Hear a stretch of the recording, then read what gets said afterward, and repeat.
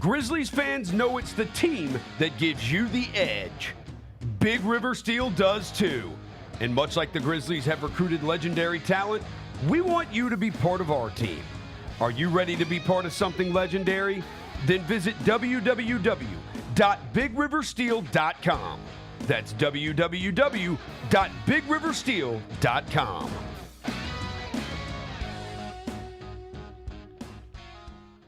I risk my life to tell y'all these truths. Cat Williams is back. Brand new material, a new tour, and the same legendary laughter he's delivered for decades. Nick Cannon got 136 children, Jesus. Did you know that? Always classic, always Cat. White people are friendly. You can call them at 3 o'clock in the morning with the wrong number and they won't even be mad at you. Hello? No, I'm sorry. No Shaquita here. The Golden Age Tour, March 6th in FedEx Forum. Get tickets at Ticketmaster.com. Thanks for showing up, Memphis. Nothing compares to catching your Grizzlies IRL. And that all starts with buying tickets at Ticketmaster, the official ticket marketplace of the Memphis Grizzlies and the NBA. Ticketmaster gets you to the game so you can catch every highlight. Put that jersey collection to use for the next game and get Grizzlies tickets at Ticketmaster. Whether they're here at FedEx Forum or on the road, Ticketmaster's got your back when it comes to scoring tickets. And there's no better brag than saying you saw it live. Let's face it, there's a lot of trash talk in basketball, but the great teams let their performance do the talking. Like Ford F-150 with Pro Power on board, a class-exclusive industry-first feature that turns your truck into a mobile generator and leaves the competition speechless. Ford F-150, official truck of the Grizzlies. Greatness starts here at your Mid-South Ford dealer. Class is full-size pickups under 8,500 pounds, GVWR.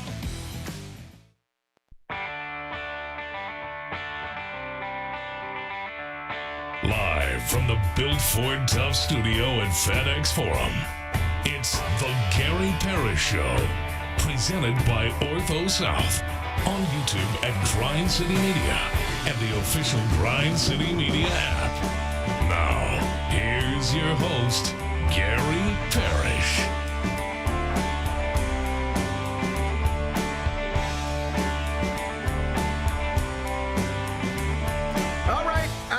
My name is Gary Parrish, speaking to you from the Built Ford Tough studio. We're FedEx Forum, downtown Memphis. Bennett Doyle right there producing the program. Glad he's with me. Glad you're with me. Hope you're getting through the day best you can.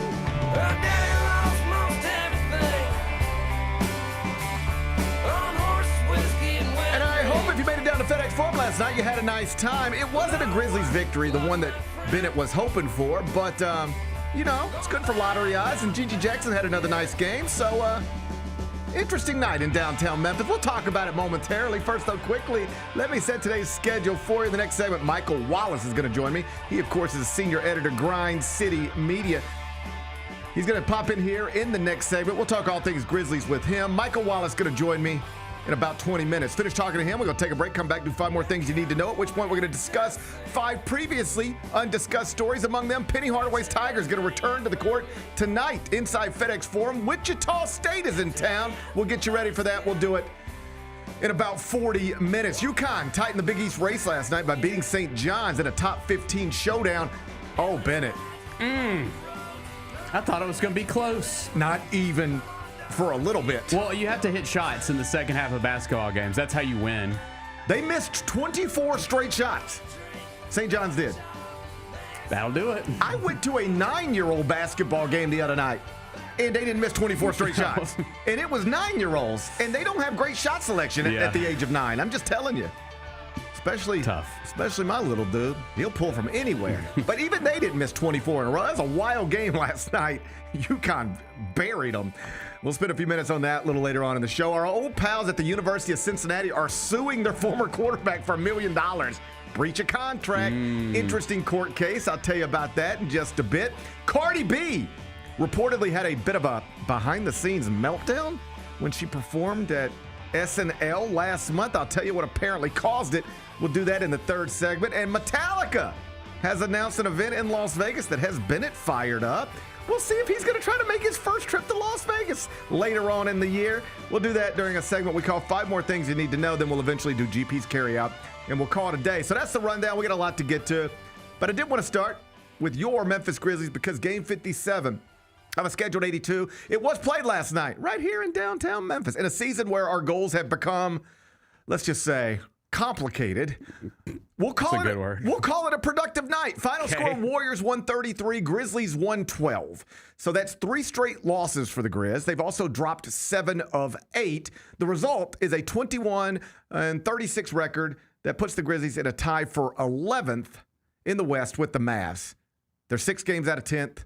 They're 3.5 games out of 13th. At this point, the Grizz will likely finish 11th or 12th in the West, which would give them a roughly 7% chance to win the right to select with their top pick first overall in the 2026 NBA draft. Right now, Tankathon has the Grizz slotted 7th and 17th in June. Big Bet Bennett, we'll get back to that in a second. Good to see you on this Thursday morning. You too, man. Give me your main takeaway from Warriors Grizzlies, okay. and then we'll try to get excited about the lottery again. Break it all down real quick. Break it all down, and then we'll start trying to get excited about the lottery again. Well, that was, I just have to call it like it is, pretty disastrous as far as like a basketball game goes. I mean, I was hoping it would be a little more competitive than that. I mean, you're playing against a team that is missing all of their best players. Including Steph. Yeah, Steph was out, Draymond was out, Porzingis was out. Obviously they lost Jimmy Butler for the season. I don't know. I was hoping to be a little more competitive than that, than them coming in there and just trouncing you. But whatever, it is what it is. We know our situation. We've come to terms with that. We've come to terms. Yeah, but as far as like the game goes from a Grizzlies perspective, like you mentioned, Gigi's been really good. He had 24 points. He led all scorers for the Grizzlies last night. So Gigi was really good. Gigi was really good. Ty Jerome was good. Man. Again, Ty Jerome returned to the lineup. He was good. Yeah. I think you summarized it well. Yeah. It is what it is. It was another loss. After the game, Pat Spencer, he's Cam's brother. Yep. You know the Spencer brothers. Wonderful story. One of them plays for the Grizz, one of them plays for the Warriors. And the difference between their set of circumstances is that though both teams are injured and both teams aren't where they want to be, the Warriors are still trying to get to a certain place in an upward trajectory. Yes. And the Grizzlies, we're moving forward. Yes. We're, quote, moving forward. A little more complicated. And so Pat Spencer was asked about all of this last night, by Drew Hill, or at least the quote comes from Drew Hill, Daily Memphian. And I thought it was interesting. You said it to me this morning. He was just sort of asked about, hey, so how's your brother holding up? Because this is, I mean, think about this. I guess this is probably true. I know this is true. Cam Spencer's never played basketball on a team like this. Yeah. With the goals being a little complicated and the roster being what it is, this is a new experience for him. Yeah, because his rookie year, we were still in the playoffs. Even though the second half went bad, we're still a playoff team trying to compete. Yeah. We were trying to win till the very end. Yes. And now the goals have shifted a little bit. And so his brother was asked about that last night. And here's what Pat said. He said, it will be a battle for him mentally as much as anything. But I just know how he plays. He plays the right way. He won't let it get to one-on-one isolation, bad basketball. He will continue to play the right way. But I think the hard part is there are a lot of guys like him who maybe, under these circumstances, this will be their only opportunity to actually get in an NBA uniform and play games. You see those players in like an AAU type environment, you probably won't appreciate what they bring to the table. I remember watching Cam play AAU. It was an effing nightmare. He will play the right way, and unfortunately, it probably won't lead to a ton of success right now with the roster, end quote. So his point is, I watch my brother's team as much as I can. I know what they're going through in Memphis. I know how hard this is for my brother. Because it's not just that the team, he sort of started struggling a little bit too. Cam. Yeah. Yes. Yeah. And so he's like, I know this is going to be hard, because he's wired to just always play the right way. And when you get into the circumstances that we are now in, undeniably, you don't always have 4 teammates on the court that are still trying to play the right way. And this can be difficult. It can take a toll. I mean, you see him more than most. Yeah. You're in the arena early. You're in the arena late. he's usually there with you. He's first one out. He's first one out warming up. And the thing is to your point, he's been struggling. And obviously, he's talking to his brother. They're brothers. Yes. He's struggling a little bit lately.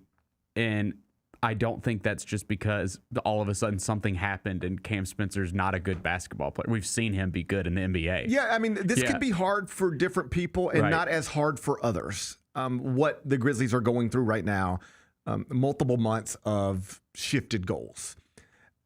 Some guys can just sort of be like, it is what it is. Mm-hmm. You know, the direct deposits are still coming every 2 weeks. The hotel's nice every time we're on the road. And, we're eating good and flying okay. Life's all right. I can deal with this. And then there's other guys who just can't deal with the losing. Mm-hmm. It takes a toll. I remember when the Celtics came in here in Brad Stevens' first season of coaching the Celtics after he left Butler. And I made a point to go to that game because I knew Brad. I know Brad and, had covered him at Butler and those back-to-back championship game runs in the NCAA tournament. He's someone I considered like I was friendly with. I don't keep in touch with him much anymore, but like at the time it was not abnormal for me to be in touch with Brad Stevens. And so made a point to come see him when the Celtics were in town. And after the media thing ended, I just sort of like in the hall at FedEx Forum, we were just sort of standing there talking, catching up. Hey, how you been? How's the kids? That kind of stuff. And I was like, how you doing? And he was like, I'll never forget this. He was, because we're off the record. It's just me and him talking. Mm-hmm. And he said, I love the job. He's like, all I do is coach basketball and watch film. Like at Butler or at any college, I'd coach my team, win a game. Now I got 2 recruits in my office with their families. I got to deal with that. Then I got to wake up the next day, probably to text, 15 prospects. We got somebody coming in on a recruiting visit this weekend. I got to make time to go to dinner with them on Friday night. Tell my wife and kids I'll see you tomorrow. And now it's just I'm just coaching basketball every day and watching film. That's the whole job. None of the other stuff that I didn't really enjoy doing, but that's part of that job. Making sure kids are going to classes. Right. Making sure I go play golf with a booster. I don't have any of that stuff to do anymore. I just got to coach this basketball team. I love it. I said, that's good. He says, but I can't stand this losing. I want to say, somebody could double check me on this. It might not be exactly right, but I remember it being something close to this. He was like, this is my first year coaching in the NBA, and I've already lost more games than I lost my entire time at Butler. Yeah. It was like, I'm not used to losing. And the idea that it's just one after another, and they come like that. It's just Wednesday, lost, fly somewhere, lose again, play another one, lose that one, fly somewhere else, lose again. Like when you are rebuilding, moving forward in the NBA, it can get real. It's not easy for everybody. And to Pat's point, it's not going to be easy for Cam because of the way he's wired. By the way, there was a play last. I can't remember if it was. I think it was a steal. I think Pat Pat stole it from Cam and scored on him on the other end and stared him down, and Cam wouldn't even look at him. I was like, oh, they're gonna fight after this. Yeah, I mean, there are some guys who are wired to just go, hey, it's a Tuesday night or Wednesday night game in a season headed to the lottery, whatever. And there are other guys who like, hey, I'm still competing, and I'm still out here competing. Yep. And he's wired that way. And when you are wired that way, but going through a season like this, it can get complicated. I just thought it was an interesting quote from his brother. Moving on. Okay. Over at tankathon.com. What's going on over there? Not only are they constantly updating projected lottery odds, they also have a tool where you can simulate the lottery. You push a little button and it simulates. People love doing that. Oh, man. So this morning, this is what you wake up after another loss.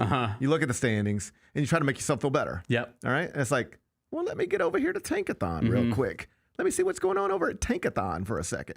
So I went over there, and they had the Grizzlies slotted at 7th and 17th, I believe, something along those lines. But then I saw the simulation button. Okay. I said, you know what? I'll take a shot. Let's see what happens. And I hit it. And it started shuffling around. Yeah. And then it gave me the results of the lottery. Okay.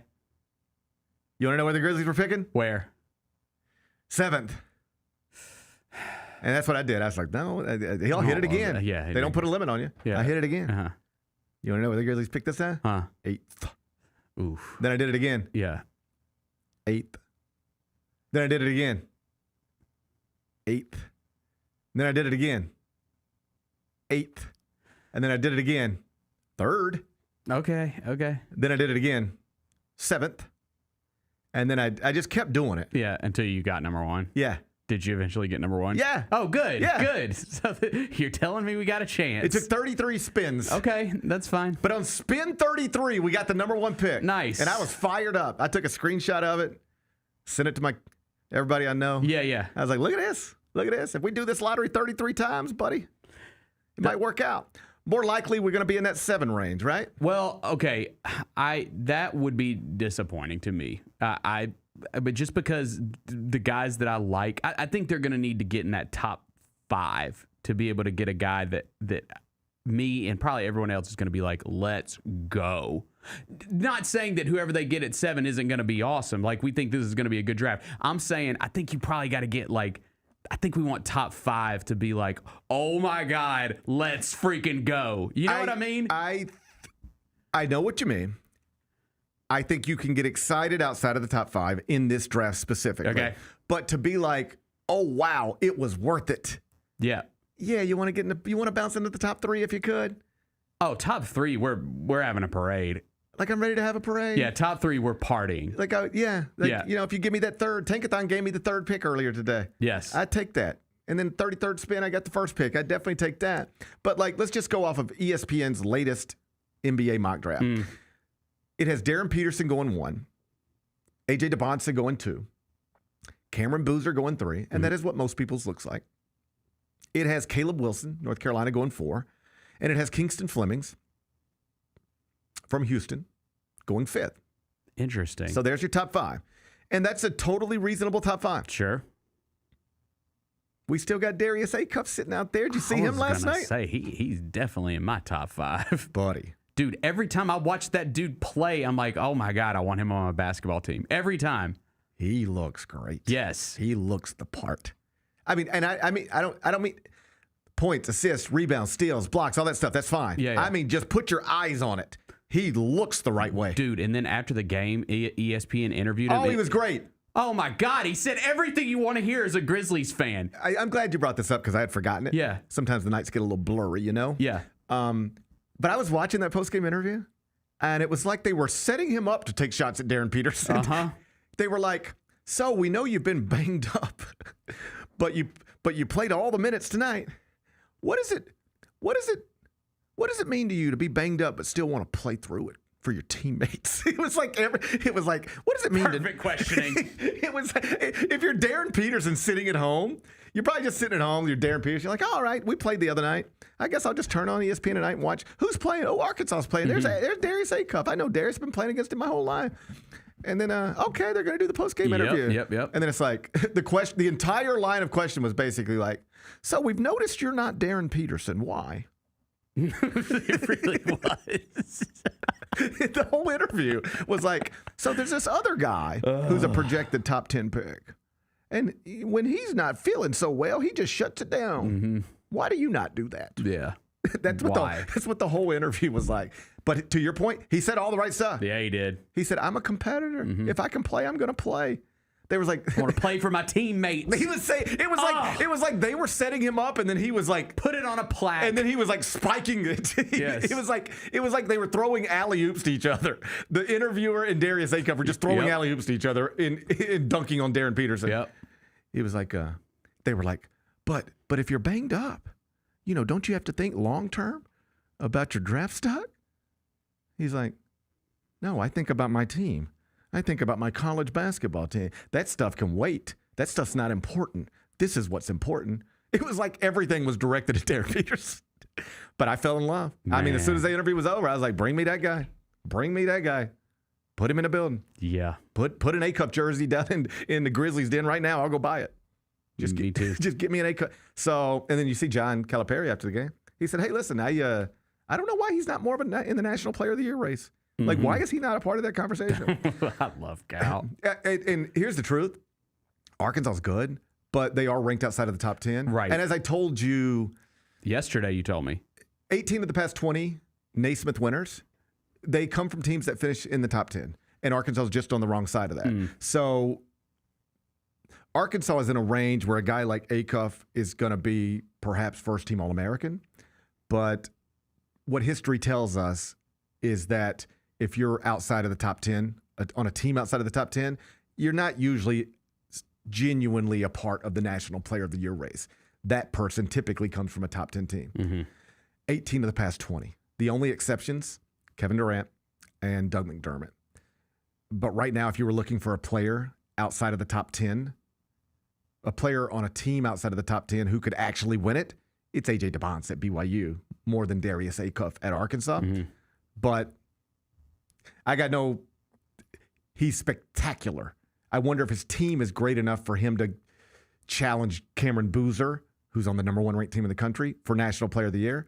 But he is spectacular. If you want to put him first-team All-American, fine with me. And I love every one of those players that ESPN has in the top 5. But this was my point to you. Outside of the top 5, you can still, according to that mock draft, get Darius Acuff. Okay. You can still get Michael Brown. You can still get Nate Ament. You can still get Jaden Quaintance.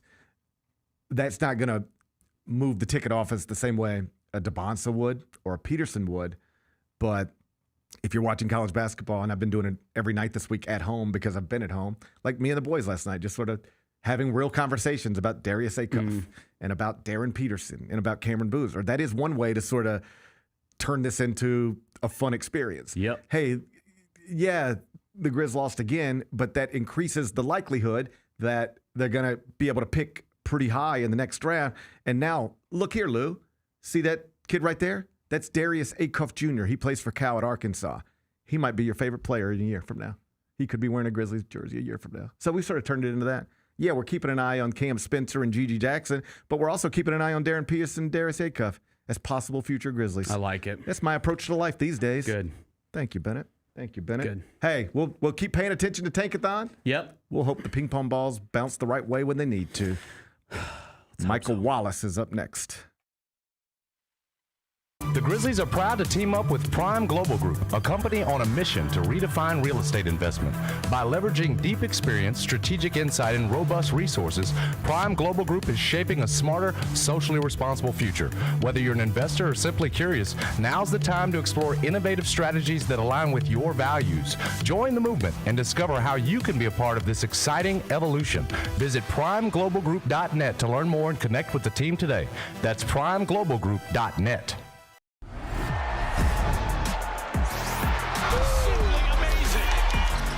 Wells, a rhythm three. Yes, sir! That's an exclamation point on this game. Grizz fans, defend your home court from pests with Terminix. Before cockroaches, spiders, and mice show up, Terminix it with our pest-free 365 Plus year-round protection plan. Visit Terminix.com today and enter code SAVE50 at checkout to save $50. Terms apply. Go Grizzlies! Nate Bargatze. Look, I say a lot of dumb stuff. I try to keep it in front of large groups. Seems to go better that way. Big Dumb Eyes World Tour. When you say something dumb one-on-one, it's a lot for that person. I'll say it, then I can just feel that they feel the weight of my life on their shoulders. Tickets and info at NateBargatze.com. Don't miss the Big Dumb Eyes World Tour. Nate Bargatze. The USA men's hockey team won a gold medal for the first time in 46 years. Jack Hughes loses 2 teeth, wins the gold medal. I think it's a good trade-off. You feel bad for Canada. Like you said, they should have won. They should have won 9 times out of 10. I don't feel bad for Canada. Tune in to the Jessica Benson Show with CJ Hurt live every weekday at 8 a.m. on YouTube at Grind City Media and the official Grind City Media app. Jeff Dunham, Artificial Intelligence, his all-new tour. You're the other white meat. How can you be so smart on one hand and so stupid on the other? Well, you're half of it. I realize I could have avoided all this years ago with one simple word. I do not. Silence! Don't miss a Memphis. Friday, April 10th, FedEx Forum. Tickets on sale Monday, September 29th at jeffdunham.com.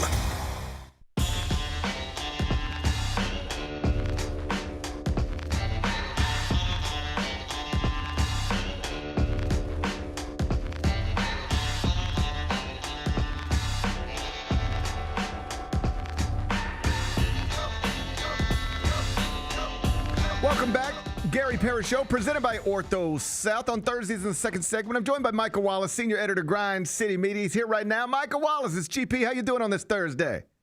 Hey, I'm doing good, man. Just got back from my my annual physical checkup, man. All the initial signs were good. You know what I mean? I'm in a good spot. Blood pressure, weight, all of those things, man, are looking good. So we'll see what the panel looks like when the real tests come back. But initially, I'm in good space. That's great to hear, and that's smart of you to do. And I'm glad you're comfortable sharing that message with us, because that is something men of a certain age, women of a certain age, like.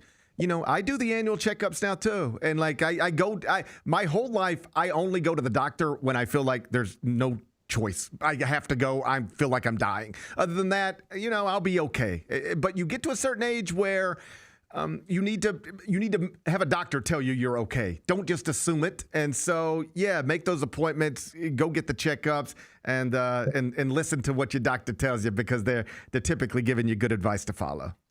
Absolutely, man. Absolutely. And like you said, man, it's one of those things where we don't need to go when we feel bad, right? We just got to make sure we're maintaining and all of those kind of things. And I hope to be here for a long time, man. I want to see my grandkids and possibly great grandkids, man. This life is good.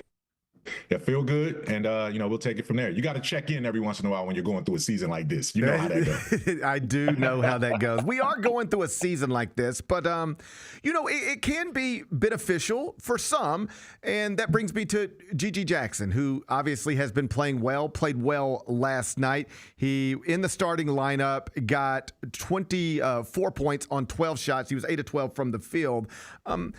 These next few months might not be crucial to the future of the franchise, because honestly, what happens on draft night in June is going to be the thing that's most crucial to the future of the franchise. But G.G. Jackson being productive, taking a step, I know some people will be dismissive of it because, hey, yeah, he did that a couple of years ago. It didn't really mean anything. But you'd rather see positive things than negative things, and he's showing us positive things lately, right? Yeah, he's showing us positive things. He's showing us growth. He's showing us, again, like, this guy is still, he reclassified. People tend to forget that. So he came into, he went to college as a freshman at South Carolina when he really should have been a junior or a senior in high school.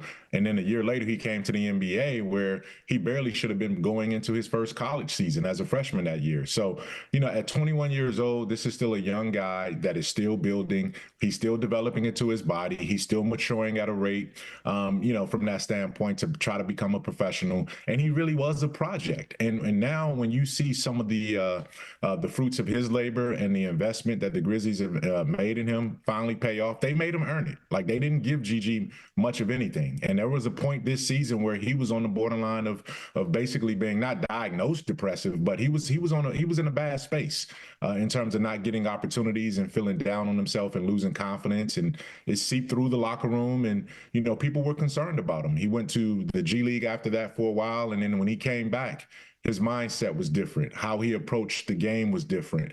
His willingness to listen was different. And then you saw it go out there. He became a better basketball player, a more efficient guy. He cared about defense. He cared about moving the ball to the weak side and trusting that the teammates will find him. And then he just started attacking the rim with a reckless abandon. And we're seeing the better version of G.G. Jackson now than we've ever seen. It's interesting you bring up where he was earlier in this season, because that's something I always try to pay attention to, be aware of, because I think it's such a unique experience. I want to be clear, I am not a professional athlete, was never going to be a professional athlete, wasn't, you know, that good at really anything.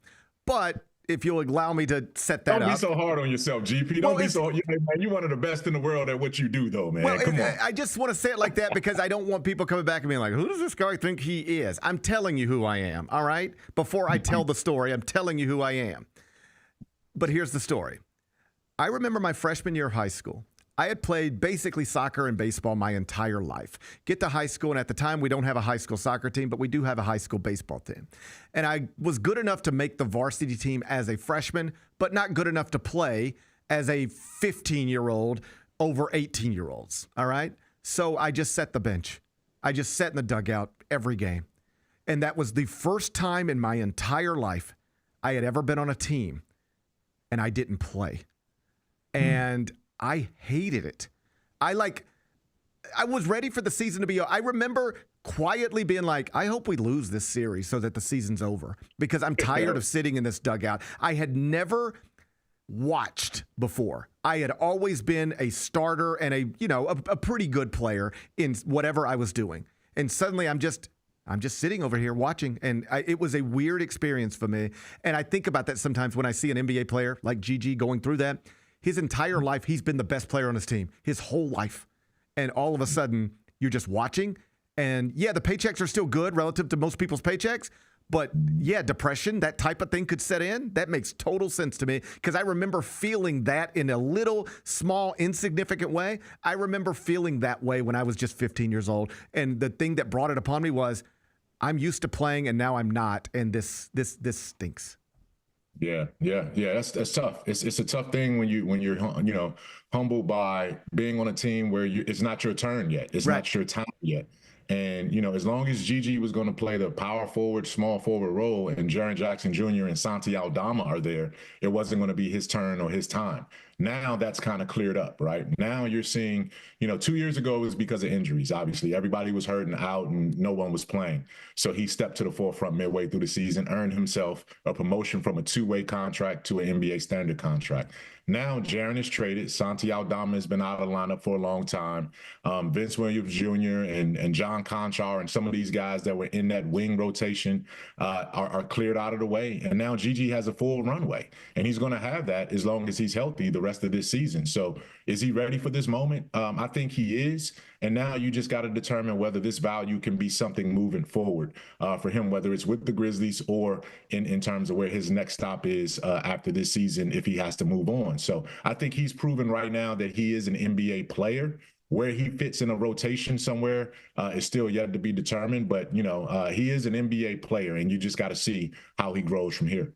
So last night it was Grizz Warriors. Warriors take a big lead, cruise to the victory. The Grizzlies have now lost 3 straight, 7 of 8. After the game, Pat Spencer, Cam's brother, was asked just sort of about how's your brother doing? Because he has started to struggle a little bit. The team is obviously going through a, quote, moving forward set of circumstances.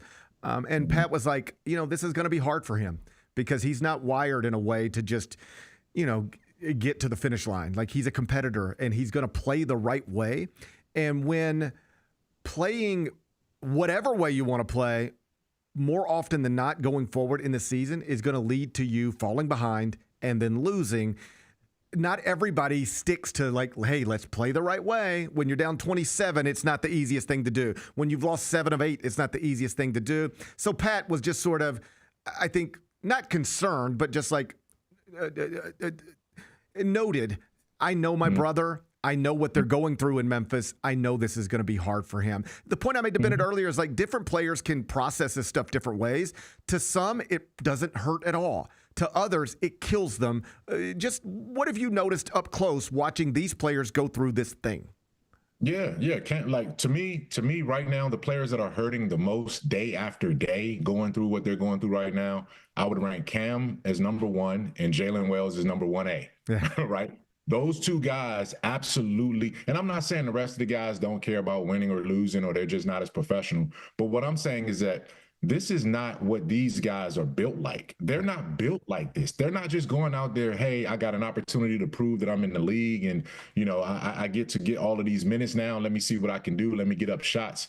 These guys are system guys. These guys are guys that, do the same routine every single day, every single hour of every single day, and they expect results. And right now, this is hurting them that they're putting in all of this work and they're not seeing the results of winning. Cam Spencer is an NCAA champion, right, at the highest level, right? And then he came here and, he had to fight to get his job. He had to fight to earn a contract. He did that. He was playing really, really good basketball at the beginning of this season when a lot of other guys weren't, and he earned the right to be one of the best shooters in the NBA. And now that the sort of wheels have fallen off, the trades have happened, and the direction has changed, this is not necessarily suited for his development. Like, he's a guy that he knows he's a role player alongside other guys who are bigger stars, and he plays his role. He's not a guy that's going to say, hey, let's just go out and run up and down and play 5-on-5 rec league basketball and kill 48 minutes. That's just not the kind of guy Cam is. So I understand exactly where Pat is coming from. The good thing about Cam is that he's put enough equity in to this point where you can say, all right, he's struggling right now, but this is a guy that we need to keep on the back end of our rotation of anything we build moving forward, because we know we can rely on him. And we know we can rely on a guy like a Jalen to be professional and go through what they're doing. But hey, look, Pat said exactly what I expected him to say. This hurts. And nobody's going to be enjoying this no matter what you see from a Cam Spencer or Jalen Wells. They're not going to enjoy this unless there's some results at the end that results in winning. And right now, the Grizzlies aren't winning. Before I get you out of here, let's talk prospects, because I think a lot of Grizzlies fans have sort of turned their attention. We're in an interesting space. We're moving in a certain direction. At the same time, we are possibly about to conduct the greatest NBA draft of all time with the greatest freshman class of all time. We'll see if it actually turns out that way, but people are talking about it that way. Darius Acuff at Arkansas was on television last night. Incredible, and another victory for the Razorbacks. We've seen Darren Peterson and everything that entails. A.J. DeBonce has been great. How closely, if at all, have you been monitoring this freshman class, these prospects? And is there anybody who stood out to you wouldn't mind seeing them move here, and we could call them coworkers? Yeah. Hey, you know what? I'm starting to watch a lot more of college basketball. Usually, I mean, now that the Grizzlies season has turned this way, you really got to lock in and try to monitor these guys. I watched the Duke game. You know, I only needed to watch the first half of that Duke Notre Dame game. And I really wanted to see Cam Boozer and see exactly, you know, what all the fuss was about and how, but I saw how, you know, how methodically dominant that this guy is. There's not anything he doesn't do well. He does everything really good. He's not just explosive or anything like that, like a Dubonsta or Peterson, but he's just, you know, he's going to be a 2010 guy all the way through, right? That's just what he is. And he plays a position of need. Like, I don't know where the Grizzlies are going to fall, but I can tell you this much. If you get in the top 6, you feel like you're good, because whoever you get at, let's say 4 or 5, somebody could probably say, you know what, we value him at number 2. Like, from that standpoint. So I think, you know, there might be a preference of, if you get number 1, you have a clear-cut guy you have in mind. But anything after 1 all the way down to maybe 5 or 6, I think it's interchangeable. And it may grow from 6 to maybe 8 by the time we get through the NCAA tournament. So I'll be locking in a lot more, especially as the calendar turns to March, and see what these guys are really, truly all about. And then it's just a matter of fit. You know, which way do the Grizzlies want to go based on how the ping pong balls drop? Let me ask you specifically about Darren Peterson. He is most people's projected number 1 pick. When that conversation comes up as it pertains to the Grizzlies, what I hear from more Grizzlies fans than not is, I don't think we can do this. The point being, he's been in and out of the lineup. He described himself the other night as a loner, as antisocial. And what I hear from Grizzlies fans, and you'll know why, is like, we can't build the franchise around somebody who is already establishing himself as unreliable and who is already creating red flags with NBA front offices when the talent suggests he's got to be the number 1 pick. I'd rather just have somebody else. Does that factor into the thinking in your mind? Specifically, let's just hypothetical. The Grizzlies win the lottery. They have a number 1 overall grade on Darren Peterson. Does somebody stand up in the room and say, guys, you know what we've been dealing with for a few years that got us in this situation to begin with? Are we really about to tie everything to another guy who has been in and out of the lineup and created some red flags? You know what I'm saying. Respond. Yeah, I know exactly what you're saying. I know exactly what you're saying. And I would hope for the strength and the diversity of voice and thought in any front office that, yes, there is somebody in that room that will say that, just to give you an alternative thought, right? There had to be, and I go back to one of the most historic draft nights in NBA history. Somebody in Golden State and Orlando had that same kind of thought. When you had the number 1 pick and you say, you know what, man, Penny Hardaway is a much better fit for where we are right now. Chris Webber's the presumptive number 1. We have to do something here to figure out how to make this work for our team.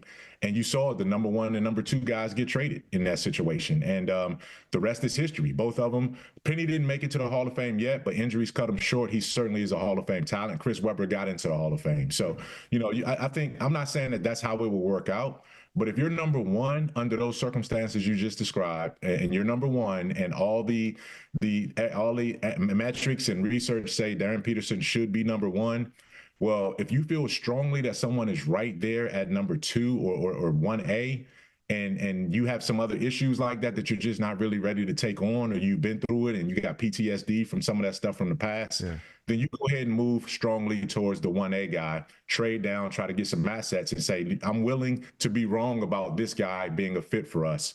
And I think I'm going to be right about the guy that I chose anyway. So I think that's going to be the question that you have to have. And I've seen draft rooms work out like that. I've had a chance to be in a draft room once or twice in my career covering this game. And I know that there are a lot of debates and a lot of conversations there. And the strongest organizations have people who have alternative thoughts and ideas that they are not afraid to bring to the table to make it happen. And I know you didn't ask this, but I do want to tie this in because this has become public since then. That 2008 draft where Derrick Rose went number 1. Pat Riley did not want to draft Michael Beasley number 2. He did not. Pat Riley is the Hall of Famer, biggest winner, got statues named after him now or built after him now. Did not want to take Michael Beasley. He just did not feel that Beasley was the right culture fit. He knew he was a phenomenal talent. 24-12 in college as a freshman is just absolutely phenomenal. But he just didn't fit where the Heat were as they were turning the page, from their 2006 championship to trying to, rebuild around Dwayne Wade. Somebody in this front office, some people in this front office in that draft room said, no, you have to go get this guy because of what he did in college and what he represents. And Pat Riley acquiesced to the room instead of going with his instincts. He wanted to trade down, specifically with Memphis and Minnesota, to trade down to, well, he would have been wrong because he wanted OJ Mayo. Okay. Right? So that wouldn't have worked out long term. Anyway, I guess it's not a long story anymore, but he acquiesced, said, okay, my room and my staff feels like Beasley's the guy we have to take. We're going to take Beasley. And it just didn't work out long term. But at the end of the day, that's how some draft rooms work. When there's friction and there's guys that are iron sharpening iron to try to get an organization to the best possible position as possible. And that's what a lot of war rooms need to be like if they're going to be successful. Beasley is a pretty interesting comparison to Darren Peterson. Obviously, totally different players, but amazing talents. And with Beasley, undeniably, the talent said top 2 pick. But there were red flags. There were red flags. You remember? Yes. You remember because you were on the Derrick Rose beat, I was right? there. So I was really, there really, with it. I was there with Beasley at the combine. I was just telling Bennett and Jess stories about him coincidentally before the show about they were just little immature, it wasn't like bad guy, but you're not going to be able to trust him to be a real professional. And he is the greatest example of when you are that kind of talent. The immaturity, lack of focus, it will not prevent you from being an awesome high school player. And it will not prevent you from being an awesome college player if you're that kind of talent. But once you get to the NBA, the knuckleheads fall off to the side for the most part. If you are not going to be laser focused, serious professional, unless you are like top 1% of talents in the world, you will fall off over here just like Michael Beasley did. No question about that, man. And you and I were both like in different roles at that time, but we were both locked in on that draft because obviously you had the Derrick Rose experience all the way through, right? And up until the NCAA tournament second round, that's right, Beasley was graded as the consensus number 1 guy. Derrick Rose took over number 1 at the last 3 weeks of the NCAA tournament. Then it was like, that's the number 1 pick in the draft right there. And he jumped over Beasley for 1 at that situation. But the guy that actually worked his tail off and did the most impressive workouts and guys that, when you talk to NBA teams now, that they feel like, man, it was Russell Westbrook that wowed everybody along that way, right? But he fell down a little bit further down from that standpoint. But it's one of those situations where, you live and you learn. That was also a year. A lot of one-and-done guys. Derrick Rose was one and done, right? Beasley was one and done. Russell Westbrook was one and done. Mayo was one and done. Kevin Love was Eric Gordon. Eric Gordon in Indiana was one and done. Absolutely, man. And so that was probably the biggest comparison to what we're seeing talent-wise coming this year. Yeah, when people talk about this class being the best freshman class of all time, the counter argument is 2008. It's that Derrick Rose, Eric Gordon, Kevin Love, OJ Mayo draft. So it's locked and loaded. We'll get the lottery going when it's time to go, and hopefully the ping pong balls bounce the right way. You're the best. I appreciate you being here, Michael Wallace. Make sure you follow him on Twitter, X, @MyMicCheck. That's @MyMicCheck. Thanks, buddy. I'll see you next week. All right, baby. Take care, man. Bye-bye. Michael Wallace, Grind City Media. Bennett, on Darren Peterson. Yes. You win the number 1 pick. You're a Grizzlies fan. Let's, for the sake of the conversation, assume that his freshman season, whatever opinions people hold on him right now, they're similar opinions. You win the number 1 pick. As the Grizzlies, are you hesitant to go that direction because of, let's just say it plainly, the Ja Morant experience? I think sure you're going to be hesitant about the situation just because it's a massive risk, right? Like you in a good draft, you have to get the number 1 pick right. You ready for this? Yeah. If the Grizzlies win this lottery, the decision Zach Kleiman and the front office makes will be the biggest decision of their careers. Yeah, for sure. And I think me and you talked about this a little bit. I do think that it's going to work itself out the closer we get to the draft. Like it tends to always do that. Like pretty much within like 3 weeks, 2 weeks of the draft. But here's the thing specifically. Like I understand what your point, but like let's go to that 2008 draft. Very similar in the sense that the talent said Michael Beasley. Just like right now, the talent says Darren Peterson. And that's why Miami took Michael Beasley, even though Pat Riley was hesitant for obvious reasons, because it was just like, we can't pass on the talent. But when you didn't pass on the talent, you got the immaturity that came with it, and then it just washes out. With Darren Peterson, on one hand, you go, we cannot pass on this talent. If he hits, he's Kobe Bryant. We can't pass on Kobe Bryant. This is crazy. But if you're the Grizzlies, you go, okay, but what if we take this guy and he's not Kobe Bryant? I mean, he is Kobe Bryant when he plays, but he doesn't play that often. And did you see his interview the other night? He said, yeah, I've always been a loner. I've always been antisocial. Do we really want to build around somebody who describes himself as a loner? Like Wemby's not a loner. Wemby like brings that thing together. Shai Gilgeous-Alexander brings that thing together. Don't you want somebody who brings the thing together? Like, you don't have to be everybody's best friend. Michael Jordan wasn't. Kawhi Leonard sort of seems like an antisocial loner. I wouldn't mind having him, as long as he's healthy. But given what we just went through, where the franchise player is sitting on the bench like this half the time, do you really want to do that again?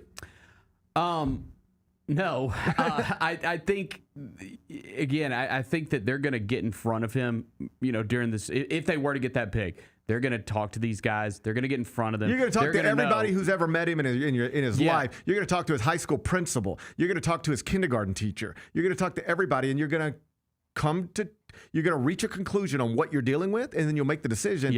But here's the thing. As great as this draft is, when you just watch the talent, it should be a pretty easy decision.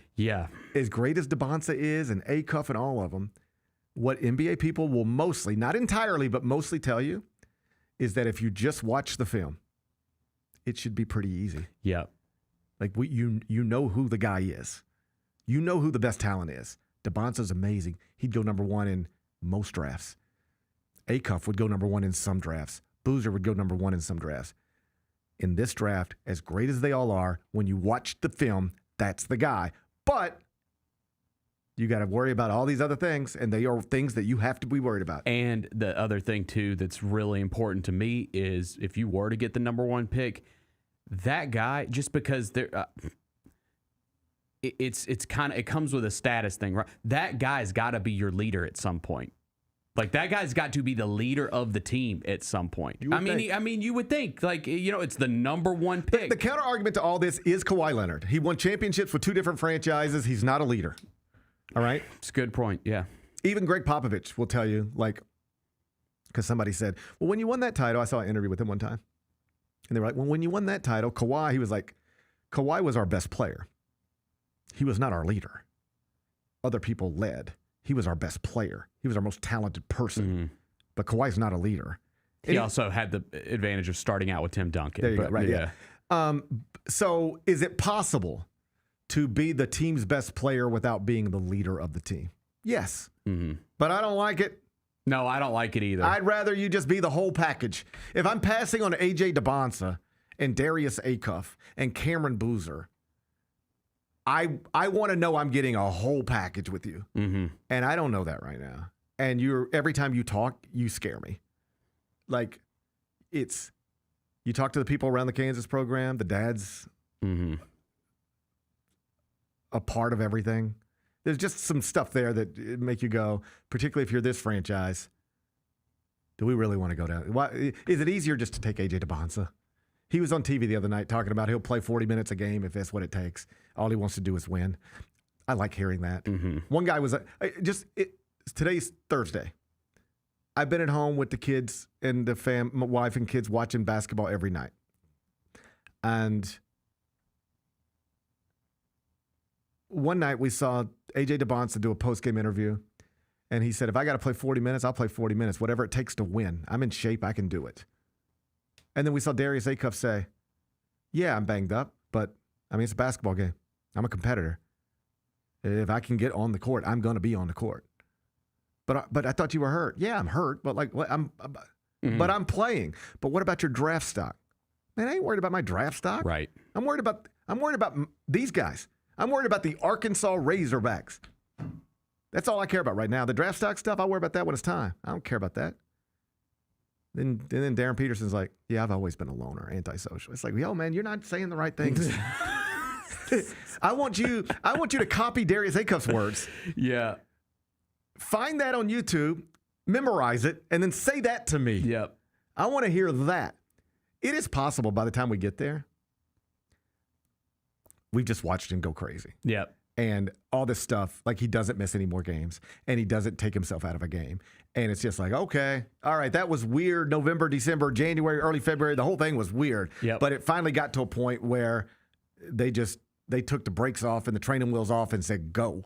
And he went just like D Rose in that tournament. Yep. And it could be like, you got to do it. But as of this moment, there's a lot of questions that I'd rather just not be there. By the way, since we're talking about lottery standings, it's a pretty huge weekend for the Grizzlies. At Dallas tomorrow night, Big at one. Indianapolis on Sunday. Tied with the Mavericks right now. You got 2 against them the rest of the way. You're at Pacers Sunday. You still play the Nets, the Bulls, and the Jazz this season.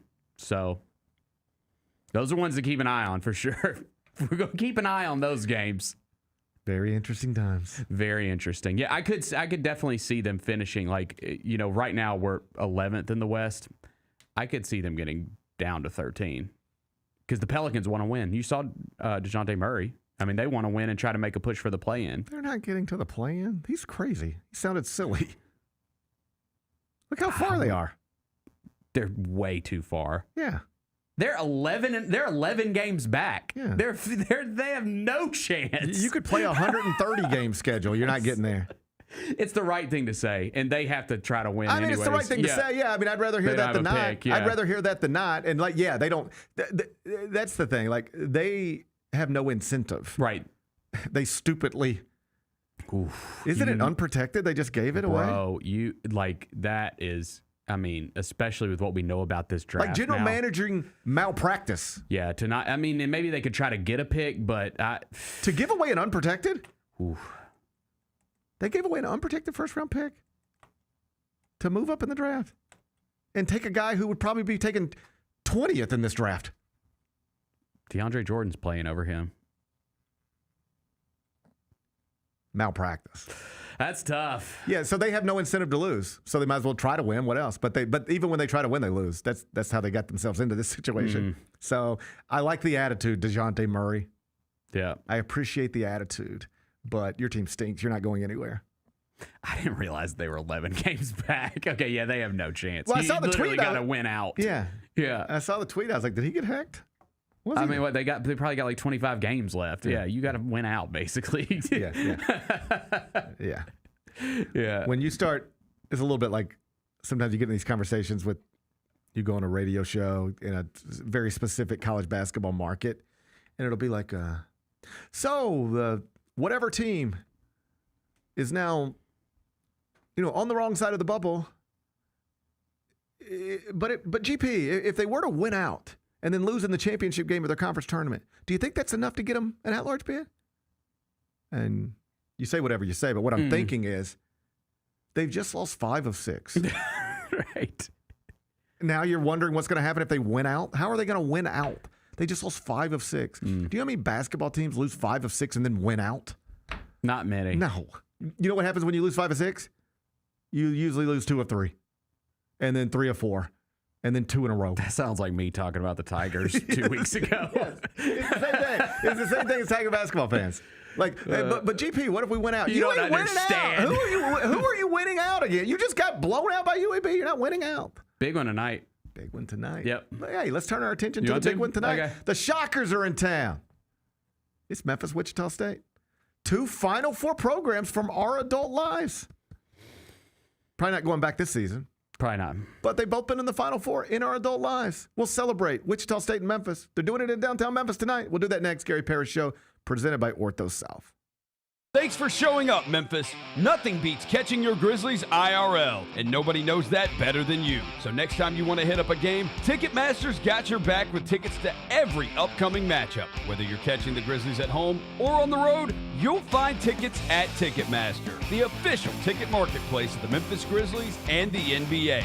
Keep putting that jersey collection to use and get Grizzlies tickets today. There's no better brag than saying you saw it live. See you courtside again soon, Memphis.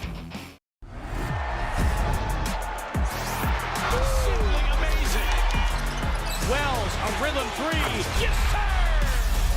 That's an exclamation point on this game. Grizz fans, defend your home court from pests with Terminix. Before cockroaches, spiders, and mice show up, Terminix it with our pest-free 365-plus year-round protection plan. Visit Terminix.com today and enter code SAVE50 at checkout to save $50. Terms apply. Go Grizzlies! Kroger shoppers and Grizz fans. Want exclusive last-minute discounted ticket deals texted straight to you? Sign up with the new Kroger Buzzer Beater deal. Fans can sign up by texting Grizz to 636-479 or visit your local Kroger store in the Delta Division and scan the QR code. By signing up, you agree to receive recurring automated promotional and personalized marketing text messages from the Memphis Grizzlies. Consent is not a condition of any purchase. Message frequency varies. Message and data rates may apply. How are you able to release and have an instrumental song become a huge deal? And I forget who the disc jockey was, but he put the wrong side on. He put the Green Onions by mistake and played the B side instead of the A side. No! And that's when the change happened. These people started to call the station and say, play that song again. The Chris Vernon Show, live on weekdays at noon on YouTube at Grind City Media and the official Grind City Media app. The long goodbye begins. A very special evening with Journey. Final Frontier Tour.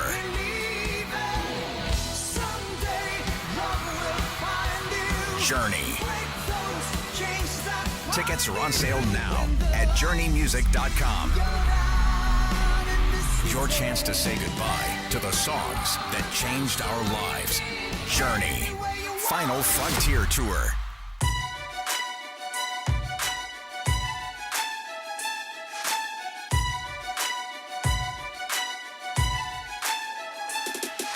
Orthopedic injuries can be unpredictable, unforeseen, and unscheduled, and Ortho South understands this better than anyone. Since your injuries don't make appointments, you don't need to either.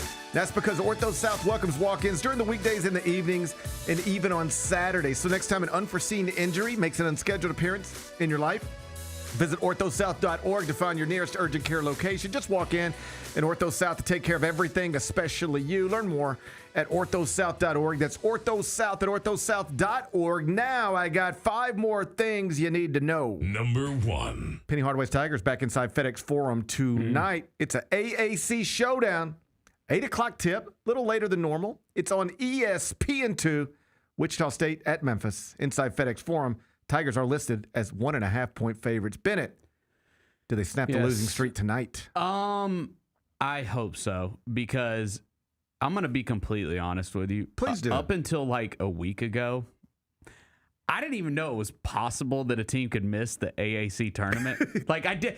Dude, if I'm being completely honest, we have been good enough forever to never have the chance of missing a conference tournament. And so, you know, I didn't really know that was a possibility. Okay. top 10 teams make the house? Is it top 10? I think that's right. Yes. Okay. So forgive me if I'm not up to date on AAC postseason formats. Mm-hmm. Right now, Memphis is 7-7 in the league.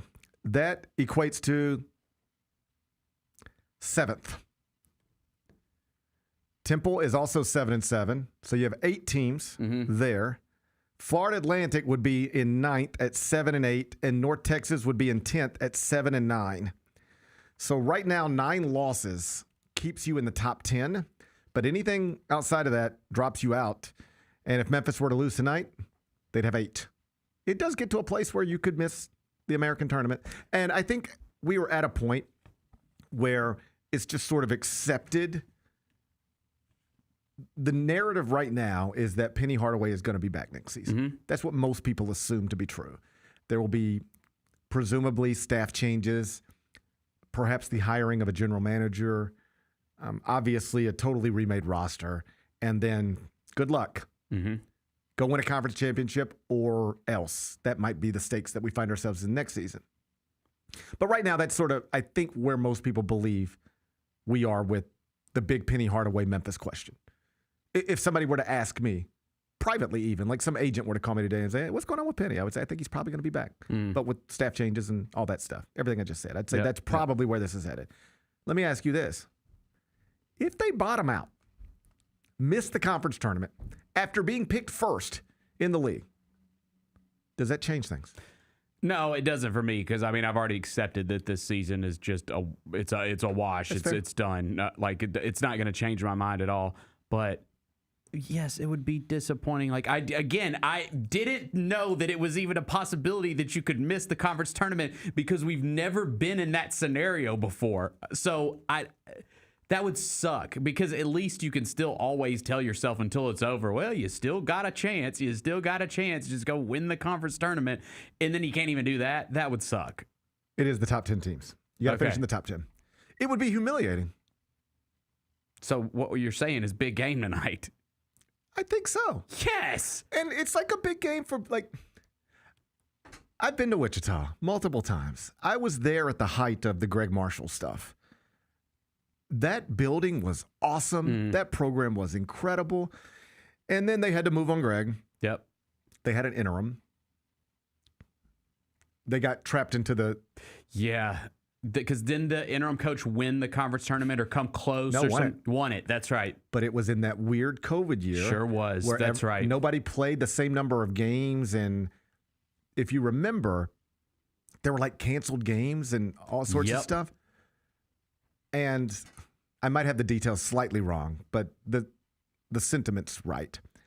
They were rescheduling games. Like this game would get canceled, this game would get canceled. Both these teams need games. All right, y'all play each other on Thursday, that type of thing. And if I remember, Memphis was like on the wrong side of the bubble, needed quad 1 opportunities, quad 2 opportunities to try to enhance the resume. Had a game against Houston that could have been made up.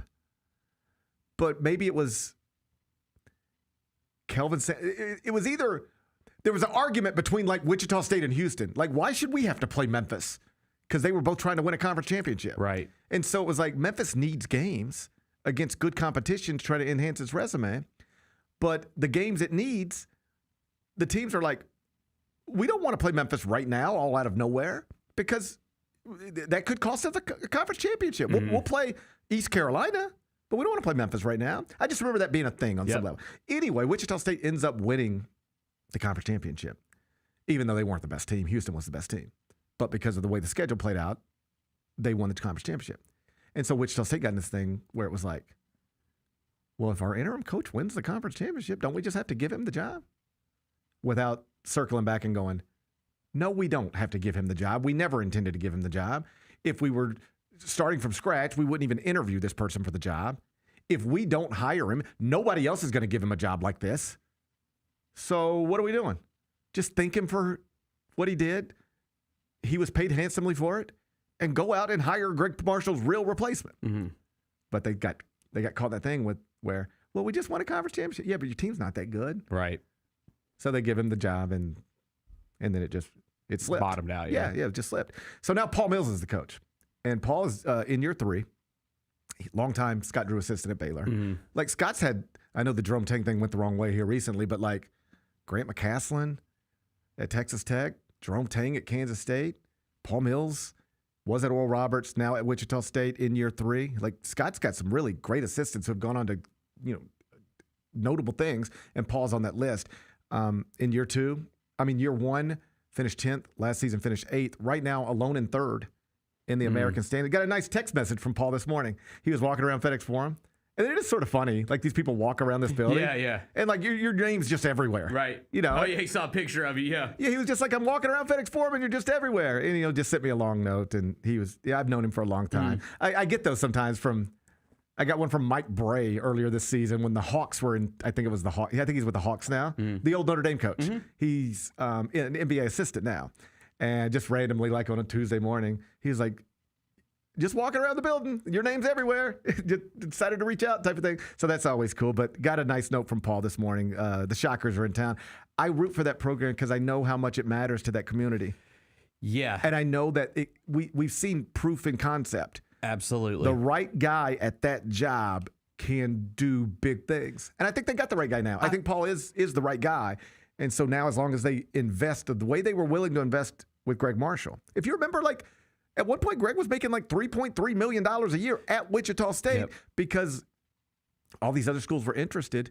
And the Koch brothers, big political figures who live in Wichita, they were just like, they're the types who will spend $100 million on an election. So $3 million on a basketball coach is nothing. And so they were like, they just told Greg Marshall, what do we need to pay you to continue to be the coach and turn down all these other jobs? And he was making more than $3 million a year. Yep. And then they got to the Final Four. Yes, they had an undefeated regular season. That came after the Final Four. Fred VanVleet, Ron Baker. Those were great times. And then, Greg had, let's call them conduct problems. And they moved on from him. And it hasn't been the same since. But Paul is somebody who I think can get it there. It's also super important for the league. Yes. Yeah. That's the reason you brought Wichita State over is that basketball program. If you look, there's a couple of basketball programs exactly like this that their place in the world changed because of the brilliance of a single person. It's Butler. Because of Brad Stevens. Butler went from the Horizon League to the Big East. Yep. Brad Stevens did that. Like, if you want to talk about people who really matter to a place, like a lot of people have basketball coaches. They win games, they lose games, whatever. Brad Stevens changed Butler University. You said 3. I'm going to tell you what the other ones are. Well, there's 2 off the top of my head. Well, Gonzaga, so obvious. Yeah. Yeah. But they didn't bounce into a big league, although they're going to the new Pac-12. But I would actually argue Gonzaga is a byproduct of, yes, a man's brilliance, but an administration deciding a long time ago. Because if you remember that story, now we're getting way off track. But okay, my bad. No, it's fine. Dan Munson was the coach there.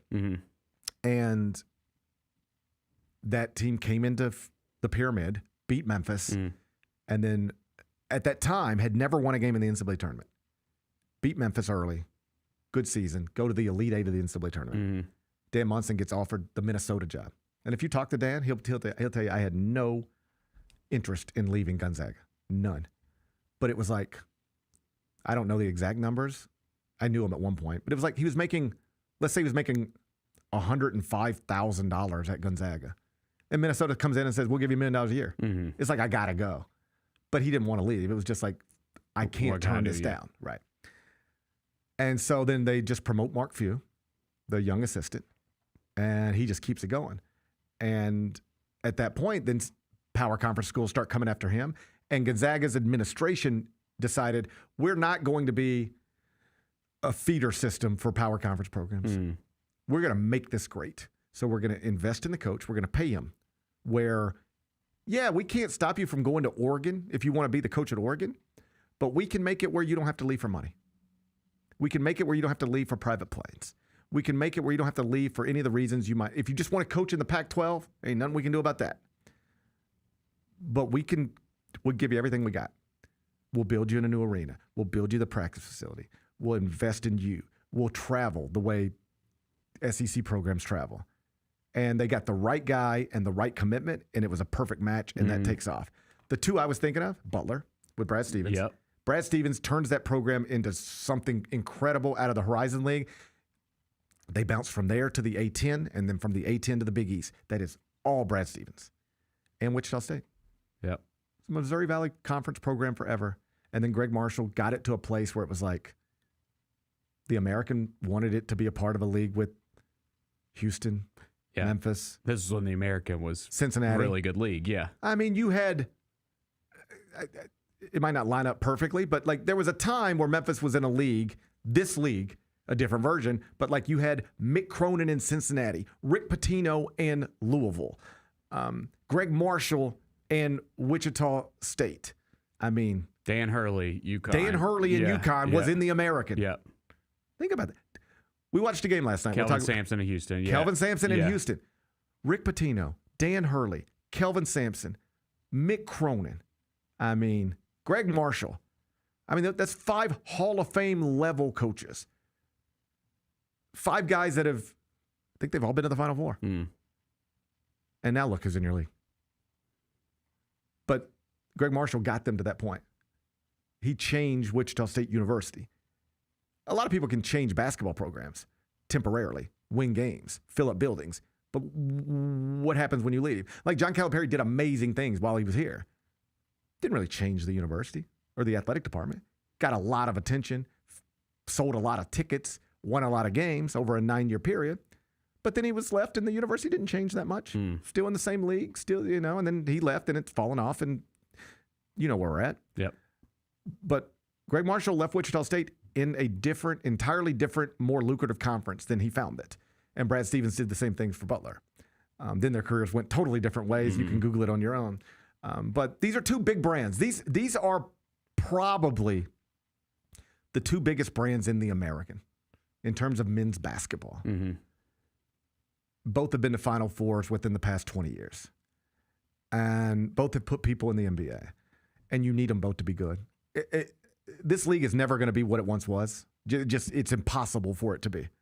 And honestly, I don't think Memphis basketball or Wichita State basketball can be what it once was in this version of this league. It's going to be very tough. But the best version of this league probably has these 2 teams playing tonight in FedEx Forum, sitting at the top of the standings more often than not. If you want to get the American as good as it can get, you need Memphis to be maximized, and you need Wichita State to be maximized. And we'll watch them tonight, 8 o'clock. Number 2. UConn ruined the game of the night last night. I mean, that was over quickly. Yeah. I don't know what I was thinking there. Well, I mean, I do know what I was thinking there. A Hall of Fame coach that already beat him once. I know what you were thinking. Yeah, they were underdogs. I know what you were thinking. Yeah. You were thinking, hold up. That's Rick Pitino. Yeah. That's St. John's. That's a preseason top 5 team. And they already beat this team once. They're alone atop the Big East standings. And you're giving me 5.5 points. We'll keep it close. Okay, fine. Let's do it. We'll hang in there. And I think if you go back and check the tape, yesterday, you said UConn's going to kill them. I did. And I said, that's right. UConn's going to blow them out. And then we still went with St. John's because we're stubborn. We're stubborn sometimes, it was a Bennett. Stubborn pick. Yeah. Final score 72-40. Jesus. St. John's had 11 made baskets in the whole game. They shot 19.6% from the field. At the end of the first half, they went on a 0 for 12 stretch. And then to close the game, I've never even heard something like this before. They missed 24 straight shots. 24. It's crazy. I go to 9-year-old basketball games. They don't miss 24 in a row. Typically. No. 24 is a lot of times to throw the ball at a rim and not go through. Rick Pitino said, I've been doing this a long time. I think this has happened to me once, ever. This is like, it got real bad. Yeah. My little guy had indoor baseball practice last night, and they got the flat screen up there inside, and I was like, hey, I don't normally come in here and try to take control of the TV at baseball practice, but could we throw on St. John's and UConn and just so I can keep my eyes on it? And I was surrounded by a bunch of people who follow sports, but maybe not college basketball as closely. So they were like, GP, is this a big game? I was like, this is a big game. There's two Hall of Fame guys, 2 national championship coaches, 2 top 15 teams. This could decide the Big East. They said, okay, let's. They were getting fired up. And it was like, GP, I thought you said this was a big game. I was like, it is a big game. I didn't say it'd be a good game. Didn't say it'd be competitive. I thought it'd be more competitive than this. But it got lopsided real quick. They were like, has anybody ever beat this UConn team? I was like, yeah, that St. John's team a few weeks ago. They're like, how'd that happen? Yeah. I said, I don't know. So now both teams have 2 losses in the league standings. They will be favored, both teams, in every remaining regular season game. If you're looking for a prediction, probably going to be 18-2 in the Big East. St. John's, 18-2 in the Big East. UConn, co-Big East champions, and then they'll play again March 14th, title game, Big East tournament, Midtown Manhattan, Madison Square Garden. That'd be good. Be awesome. Number 3. So did you see this story? Cincinnati, the University of our old friends, formerly of the American, now in the Big 12, they have filed a lawsuit against their former quarterback. They are suing him for $1 million. It's connected to an NIL contract. Okay. So this is What's where we're going at. on. Yeah. Okay. So the guy's name's Brendan Sorsby. What Cincinnati is alleging, with documents and everything else, is that he signed a 2-year NIL deal. Okay. To represent the University of Cincinnati at a nice rate. And it was basically the contract, the length of the contract was 18 months, but those 18 months covered the 2025 football season and the 2026 football season. All right. And so he essentially signed if you think of it in like normal terms, he signed a 2-year contract to play football at Cincinnati. In that contract, there was a buyout. Like, you can buy out of this contract, but the buyout's $1 million. If you leave here before the contract expires, you owe us $1 million. All right. So he jumped in the transfer portal, signed with Texas Tech. Okay.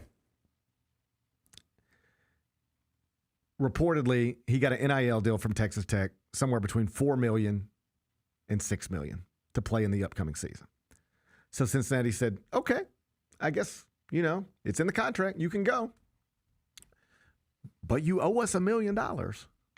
So pay up. You want us to send you a Venmo link? I don't think you can do $1 million on Venmo. I think you do like 500 max, 600, something like that. Oh, you can do more than that. You sure about that? I am 100% sure. Or maybe, no, I think it's 2K. I think it's 2K. You can do more than that. Damn. Yeah. What are you working with on Venmo? Let me go look at your history. You're not allowed to look at my Venmo history. I can look at it's public information. It doesn't say the price, but I can see what you've been doing on there. Yeah, I can. No, you can't. You made it private? Yes. I don't know why everybody doesn't make their Venmo private. Why do you want that out in the streets? Wait, you can do that? Yes. I'm pretty sneaky with mine. I just use emojis. You know what the transaction is. All it is an easier way to do drug deals. That is not true at all. That's not what I was talking about. Venmo's for drug dealers. Venmo's for drug dealers no, it's not. And bookies. Venmo is for drug dealers and bookies and golfers. You settle.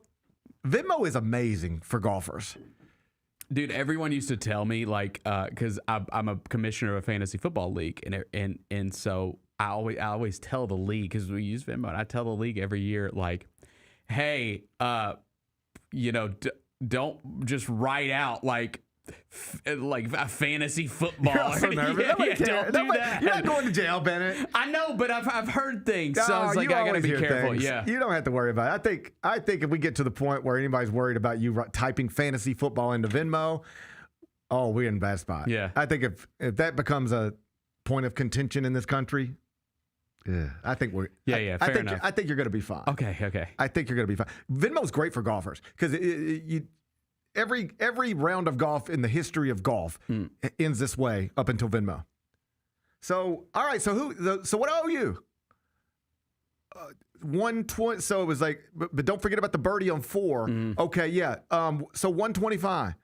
All right. I tell you, I'm just going to catch up with you next week. I'll just pay for your round next week. Yeah. I don't have the cash on me right now. Right. That's everyone. Everybody's carrying cash, yeah. Somebody. Except me. Except you. Somebody doesn't have the cash every time. Right. Somebody cannot. And now it's just like everybody's got everybody Venmo. Mm-hmm. All right. Hey, what is it again? 125. Don't forget about the birdie on 4. Okay, it's 150. All right, I'll hit you a Venmo 150. Venmo's amazing for drug dealers, bookies, and golfers. Venmo's great. Venmo is great. All right. So the Cincinnati quarterback, they were like, we can give you our Venmo account. You can just send it over there. And he's like, no, I don't think I'm going to pay you. And they were like, well, you owe us $1 million. And he was like, yeah, but I don't think I'm going to pay you. And they were like, okay, we'll go to court. And so now they're suing him. I mean, he signed a contract. That's where I'm at. Good for them. Yeah.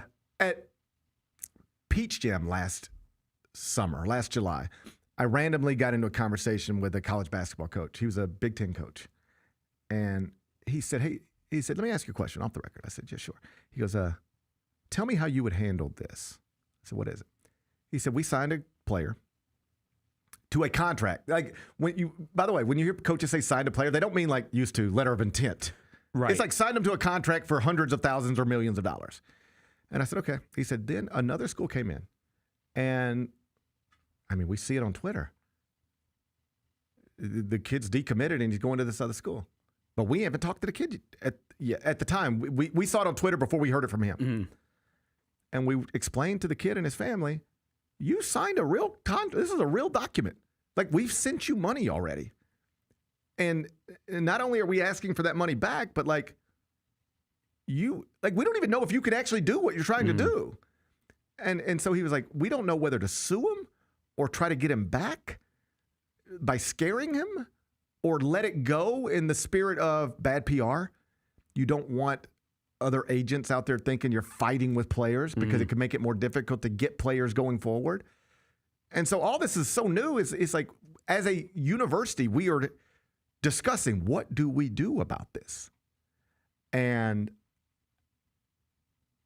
I think where I landed was, what would you do if it was a coach who tried to leave without paying the buyout that's in the contract? You would take them to court.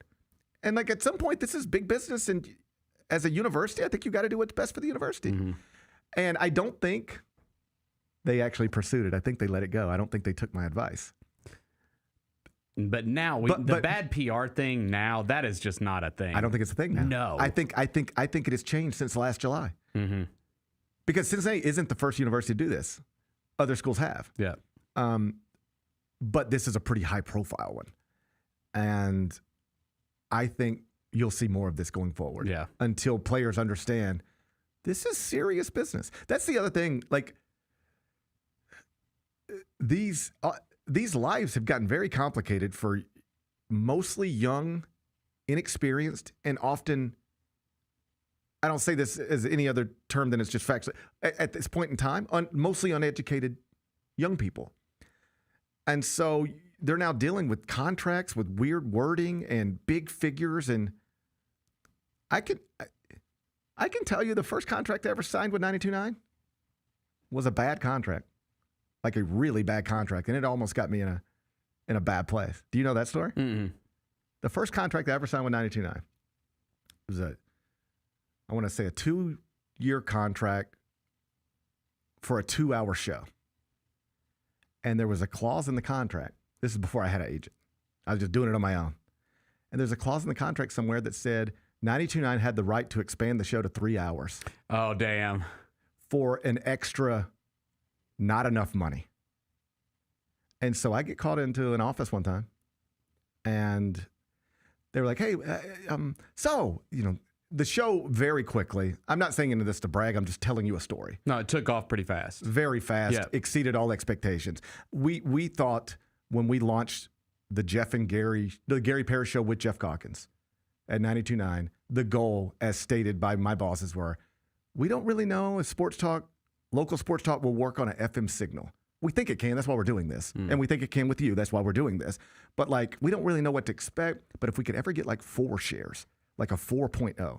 Because think of the most successful Sports 56 person whoever you grew up listening to.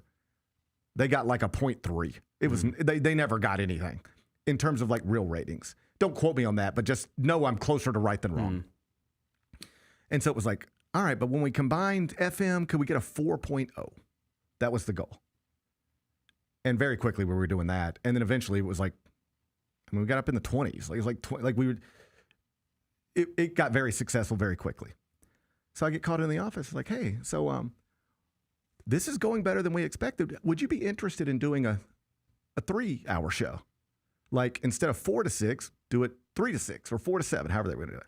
And I said, no, I don't think so. Good. I like this. Because honestly, I something Vernon said to me one time stood out to me. It just registered with me. Because he always did a 3-hour show over there. Wherever he was doing 3 hours, I think. Right. And I was always doing 2. And they had come to me about doing 3. And he was like, here's the truth. Here's the best way I can put it.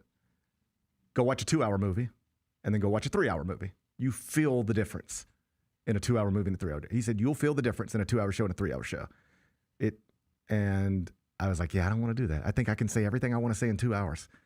I don't need to fill the other hour. So I politely declined the opportunity to expand to 3 hours. And then somebody pulled out the contract and they said, do you see? But we have it in this contract that we can give you a totally insignificant amount of money to do an extra hour. And it was like, so we can, it wasn't a threat, but it was like, we'd love for you to be excited and eager about it, but we do have the right to just give you this amount of money and tell you to do a 3rd hour of a show. And it was like, I could tell where it was going. Like, that's what they wanted to do. And it sounded like they were willing to do it. And I said, I guess I messed up. This is why I need an attorney to look at these contracts. And I feel like I've done a little dirty here. But that's my mistake. If I signed a stupid contract, then I signed a stupid contract, and I'll never do that again. So if you tell me, I want to be clear, I do not want to do a 3rd hour for that amount of money. There is an amount of money you could probably get to that I would say yes, but you ain't close right now. If you want to have that conversation, maybe we can get to a place where I'm enthusiastic about doing a 3rd hour. But I'm telling you, I don't want to do it for this amount of money. I understand you can make me. So if you want to, just send me the email. I'll do whatever you say. But every day I'm doing that 3rd hour, I'm going to tell the audience why I'm doing it. I'm going to say, welcome to the 3rd hour of the Gary Parrish Show. Welcome back to the 3rd hour of the Gary Parrish Show. I want you to know why I'm doing this. Because I signed a bad contract. There was a clause in there that I just didn't pay close enough attention to. And my bosses here know I don't want to do this, and they are ripping me off. I mean, I'm basically doing this for nothing. And they're making me do this. So just know that every day I'm here for this 3rd hour, I don't want to be here. I'm being done wrong. And as soon as this contract's over, you will never have a 3rd hour of a Gary Parrish Show again. I was going to do that every day. I mean, I wasn't really, but that's what I said. And then they backed off, and everything was fine. But I did I got an agent, and after that, I never had a conversation about money or anything with any boss ever again. And it makes things so much easier. Like, we used to get, ask Vernon. We'd be over there, happy doing our shows. Man, we're getting good numbers, and we're making okay money, and people seem to like us. And then we'd be in fights with the bosses. All over and then you hire the agent, you let them handle it. And I just sit back, and this is really my instructions. Send me something when I need to know. I don't want the play-by-play of every conversation. I don't want to know the details. I don't want to know if it got contentious. Just when you think there's something I need to make a decision on, bring that to me. Outside of that, I don't even want to know anything. And that's so much easier. But my point, and boy, it took a long way to get here, is that I know what it's like to sign a contract and then go, well, yeah, I signed this, but this is crazy. I'm not doing this. I found myself in that situation before. And that seems to be the situation this quarterback's found himself in. Yeah, I signed your little contract, and it's got the little buyout in there, but I'm not paying that buyout. Right. And I'm telling you, there are examples where schools have let this go, where they just go, it'll just be bad PR if we try to blow this up. We're suing our former player. Let's just let it go. And I guess they got over on us, but it's easier just to let it go than it is to turn this into a thing. But the tide on that is changing.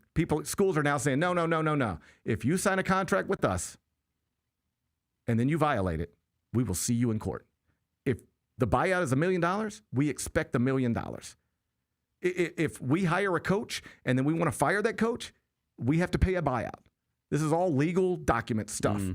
And Cincinnati is the biggest and most recent example of, you're not going to do us like that. Contracts are real. They are enforceable. I know this is all new, but you're going to have to learn. You should get proper representation. Make sure you understand what you're signing and understand that you will be held to it. And so now this quarterback who's off to Texas Tech, he's going to make a lot of money playing football, but some of it now is going to go to legal fees. And some of it now is probably going to have to go back to the University of Cincinnati. Number 4. Cardi B had a meltdown on SNL, reportedly. What? Reportedly. What's going on? Okay, I'll tell you what's going on. She got a new album. She's on tour. Yep. And she was the musical guest on SNL in late January. And reportedly, this came out yesterday afternoon. During rehearsals, day of the show, Michael Che and Colin Jost, Weekend Update, are running through their Weekend Update jokes. Like, Saturday afternoon. Yep. And they're just sort of running through it. And there's a Nicki Minaj joke in there. Oh. So it wasn't even about Cardi, and it was a joke at Nicki. It was a joke about, they were making fun of Nicki Minaj. Yeah, because she's been in the news a lot lately. Yeah. She's been in the news a lot lately. And Cardi B and Nicki Minaj, they hate each other. Right. Okay. And apparently she just heard one of the Weekend Update people say Nicki Minaj and lost her mind. Went to the back, started throwing things, busted a monitor, like broke things, and had to be calmed down. They were like, what is going on? She's lost her mind. We need to get them in the octagon. Nicki and Cardi? There's some real hatred there. Oh, yeah. You have a team? Are you Team Cardi or are you Team Nicki? I think I'm probably Team Cardi. I think I'm Team Cardi. I know I'm Team Cardi. Yeah. That monster verse notwithstanding, I know I'm Team Cardi. I like Cardi B. Nicki Minaj seems awful. I mean, I can't speak to that. I just know she seems. I didn't she's say gotten wild. I didn't say she is awful. I said she seems awful. Yeah. From where I'm sitting, she seems awful. And Cardi B seems complicated but fun. Yes. Yeah, agreed. She seems I don't know. I don't know these people. Yeah. I enjoy Cardi B more than I enjoy Nicki Minaj. That monster verse notwithstanding. Okay. So they had to calm her down, and I guess everything got calmed down. But you got to keep in mind, like, she just had a baby. She was in a relationship with Stephon Diggs. I don't think those usually end well. So I think, and then like her and her ex were, going back and forth pretty publicly all the time. I bet she just had a lot on her plate. Probably so.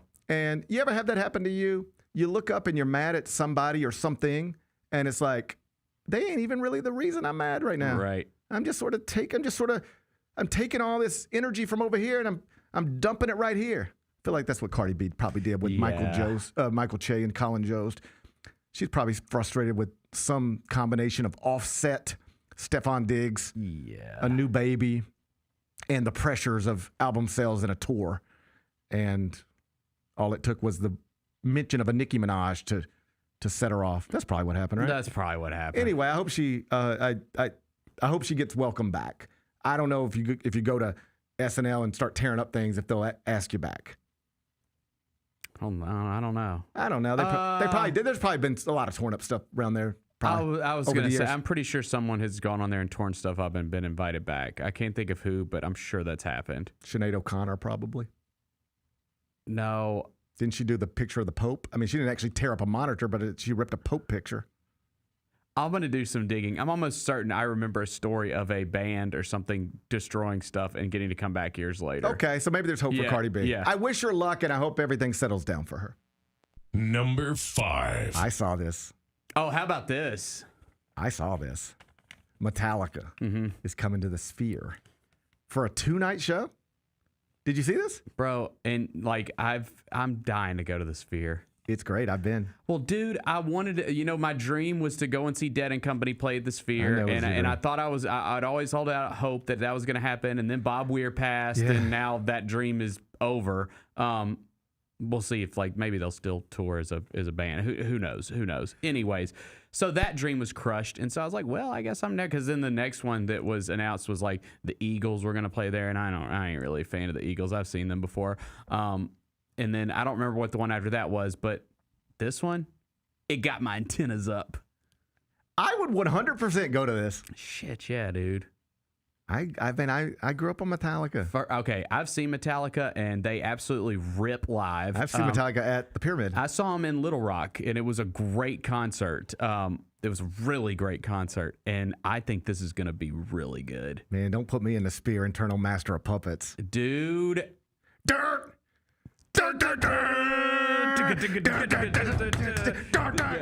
That'd be awesome. Oh, man. Yeah. I'm more partial to Ride the Lightning, but point stands.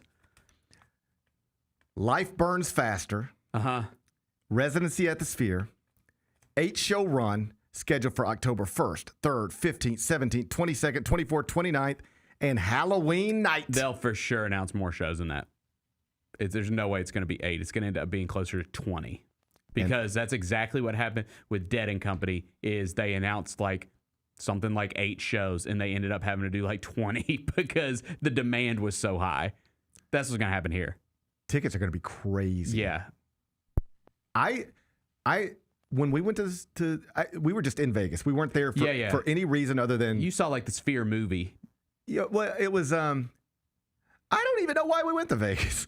I think somebody just said, "Do y'all want to go?" And we were like, sure. And it was like, I think I remember Kelly and I talking. It's like, so what are we doing? Like going to Vegas. It's like, yeah, but to do what? I don't know. We'll just find stuff to do when we get there. So we decided, hey, let's go just see the Sphere, whatever they're doing. Mm-hmm. So it was a virtual U2 concert. Yeah, okay. So we just... Because they were the first band to ever play the Sphere. And I guess they probably recorded it. They did whatever they had to do. Yeah. So it was like holograms of Bono and The Edge. And that's cool. It was like... I'm telling you, you could probably find it on YouTube. You could tell it wasn't a real concert because, frankly, it wasn't full because it was like a movie of a thing and the place wasn't packed and whatever. But I posted a picture of it on Instagram stories or something. And folks thought you really saw U2. Yes. That's pretty cool. Yeah. People are like, oh, wow, I can't believe you got to see U2. That's pretty awesome, man. It sounded great. It looked great. Just that the Sphere is unbelievable. Here's my advice to anybody. If you go to Vegas for any reason, go. There's always something going on there. They'll just show The Wizard of Oz. Yeah. Like Matt Norlander went to see. Lang saw it. He said it was great. Norlander said it was amazing. Yeah. Just go. Land in Vegas, find out what they're doing, and just go. Whatever it is. Oh, it's a movie about the San Diego Zoo. It'll be amazing. Anything in that place is amazing. And so, Metallica in that place. And they're like the... Dun, dun, dun, dun. And now that Ozzy's gone, they're kind of like the torchbearers. They're like James Hetfield, who's very emotional. Someone did a really good post about it that went viral, and it was like he knows now that he's like the one leading heavy metal into the future. Every once in a while, when I see people start talking about Super Bowl halftime shows, oh, that's the one. I've always stood on that. That picked up I don't know if it picked up momentum, but it reached me. It was like, hey, we've done we did Kendrick Lamar, we did a real hip hop show. We did a Spanish show. If we can get back to guitars and drums, ever, where do you go for that? Yep. And would it be Metallica?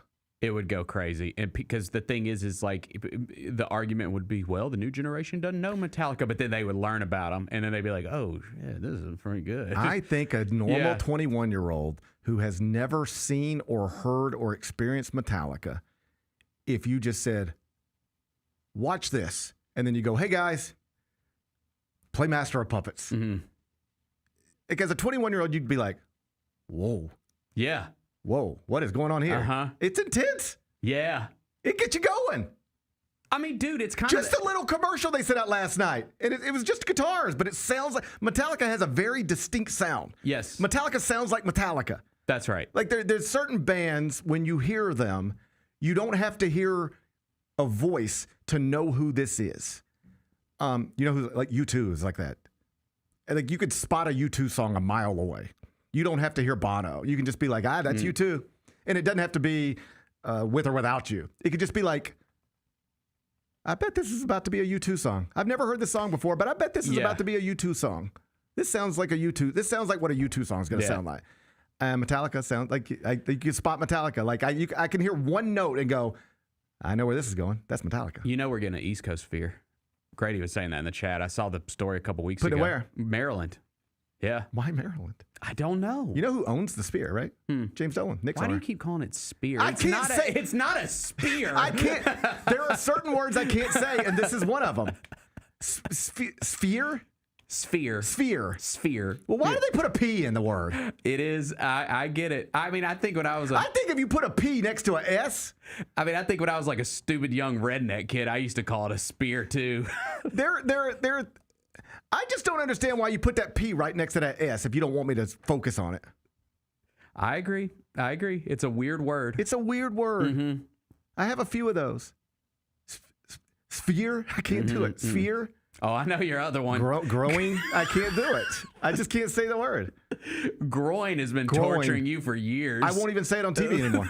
They make fun of me. Just say lower body injury. No, it's a soft tissue injury. He's sidelined with a soft tissue injury.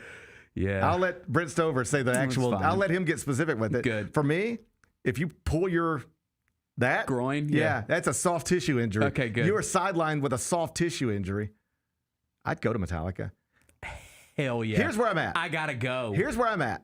I will not go to Vegas just to see Metallica. But if I were in Vegas, I would 100% go see Metallica. When's the run again? October. It's basically October. It's a good time of the year. I was hoping it might be like July. You trying to double dip? I had to hop on board. You trying to do a summer league? Yeah. Oh, they should coordinate that. Do you know how much fun people would have going to Metallica all the summer? Oh my God! Well, Dead and Company was there during summer league, and a lot of people did that. Like you can see, like Vernon and Roser would be going to Metallica. Yeah. Oh, it'd be great. Oh, I want to go. I wouldn't go to Vegas. Like if somebody said, "Hey, you want to go to Vegas?" and I'd say, "What for?" And they said, "Just to see Metallica." I don't know. Maybe I would. I'd be like, "All right, let's go to Metallica, play golf, hang out at the pool, come home."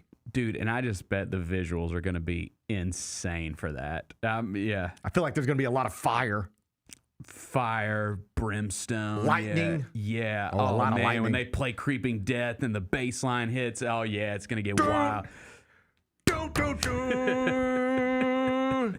It's going to be good, man. It's going to be good. I don't think I could take my little guys and turn them into Metallica fans. But I think I could show them Metallica and they would go, well, that's cool. Oh, my kids love it. Just play in the car. But yeah, pull that up in the car. I don't know that I've ever played Metallica for my kids. Dude, I thought y'all were, because you said y'all were going through classic albums. Yeah, but we've never done Metallica. I think that's your next one with this news. But what album? Man, the thing is with the kids, I would probably start with something more. Like I might just start with like the Black Album because it's like that's the one where they safe like intro. Yeah, that's where Metallica changed because that was like MTV. That's where they went. Yeah. I can remember Master of Puppets. I actually have a memory of this, and we got to get going. I have a memory of this. You would call Rock 103. This is the craziest thing in the world. You have to remember if you're young. When we were young, when I was young, unless you couldn't just listen to whatever you wanted to, whenever you wanted to, all the time. If you didn't have a Metallica album, right? The only way to listen to Metallica would be like if it came on the radio. Yeah, man. And Metallica at this time would not come on the radio. But I can remember like calling Rock 103 and being like, "Can you?" Like I'm like at 9. Hi, he's like, "Yeah, you got a request?" Because you could request, and everybody call in and request Led Zeppelin. Yep. And I'd be like, "Can you play Metallica?" And they were like, "We don't play Metallica." It was like you couldn't even get them on the radio. But then that Black Album came, and it was like, "I can't remember anything." Then that's when they went real mainstream. That's when they started selling out all the arenas. Yep. I saw Lars. I think that's a good intro. For I saw kids. Lars interview one time, and he said, "Yes, people always act like Metallica sold out because they went from like long hair, like we're not thrash metal. We're not on legends. MTV. Yeah. We're not on the radio. Right. We're Metallica." And then it's like they are on the radio and they're all over MTV and they cut their hair. And Lars was like, "People said we sold out." And they were like, "How do you respond to that?" He's like, "We did." He said, "No, but he goes, we sold out every MFing ticket in every MFing arena in this world." I was like, "Okay, Lars." Yeah. They did maybe sell out a little bit. Or maybe their musical interest just changed. Or maybe we changed as society and was willing to accept Metallica in ways we wouldn't previously do it. I don't know. But I love Master of Puppets. Oh, God, me too. All right, that's what I'm going to do today. Because your kids, they do just listen to whatever you listen to. Yeah, that's right. I've noticed this over the past month. Every time I walk past Oliver's room, he listens to Kanye West. How about that? And he didn't get caught up in all the controversy stuff. I think he's aware on some level. Music, But he just grew up like that was just around him. And now on his own, like if he's in the bathtub, he's listening to Kanye West. And Louis, almost all he listens to is Kendrick Lamar. How about that? Like if they were by themselves, Louis probably listening to Kendrick and Oliver's probably listening to Kanye. And it's because that's just what they've been around. We're careful with the words. We know what we can say, what we can't say. But your kids just pick up on whatever it is you put in front of them. So today, I'm going to do it today. Let's go. I'm going to get in that Car Rider line, and I'm going to throw in the Black Album. And I'm going to say, guys, to educate these children. I'm going to say, guys, look, you've probably never heard much like this. What do you think of this? And we'll see how it goes. Good. All right, I'm fired up for the afternoon now. Good. I like it. All right, let's come back and do carry out and call today. Grizzlies fans, dunks, dimes, and no-looks are great on TV, but nothing compares to catching them IRL. And that starts with buying tickets at Ticketmaster, the official ticket marketplace of the Memphis Grizzlies and the NBA. Ticketmaster gets you to the game so you can catch every highlight in person. From seeing your favorite Grizzlies stars up close to hearing the squeak of the sneakers on the hardwood. Put that jersey collection to use and get tickets at Ticketmaster. There's no better brag than saying you saw it live. See you courtside, Memphis. Own the 2025-26 Grizzlies season with the 10-game Flex Pack, the ultimate way to catch all the action on your terms. Choose your favorite matchups from intense rivalries to weekend thrillers and customize your pack to fit your schedule. With 10 games to pick, you'll never miss the moments that matter most. Visit Grizzlies.com/packs today to build your perfect ticket pack and cheer on the Grizzlies your way. It's your team, your season, and your schedule. So don't miss out. Sonic Radio. Welcome back to Sonic RNDIO. That spells radio with me, the CIO. This just in, the new Sonic $1.99 menu lets you build a crave-worthy meal for just $1.99 an item, whether that's a creamy shake, crispy tots, or a quarter-pound double cheeseburger. This just out. Ostriches. They're mean, not very cute, and in my opinion, way too big for a bird. Don't miss the Sonic Fun 99 menu. 5 items, always $1.99. Live free, eat Sonic. Tax not included. See menu for details. The heaviest metal credit card of all time. Rumored to be one of only 18 in existence. Plated with the very same tungsten that forged the International Space Station. And wielded at business dinners like a samurai sword. It's a classic corporate power move. But the real power move? Having end-to-end visibility on your most critical shipments. FedEx, the new power move. Now that's the new edition way. I feel like there's another level we can take it to. What you think, Mike? 2 steps ahead of you, Slick. What's good, bro? What you doing, man? I'm in. Woman, you don't even know what I'm getting ready to ask you. Here's the vision. All 3 of us on the same stage every night. Gonna be crazy. No barriers, no separation. It'll be like 9 kings and a queen. The next level starts now.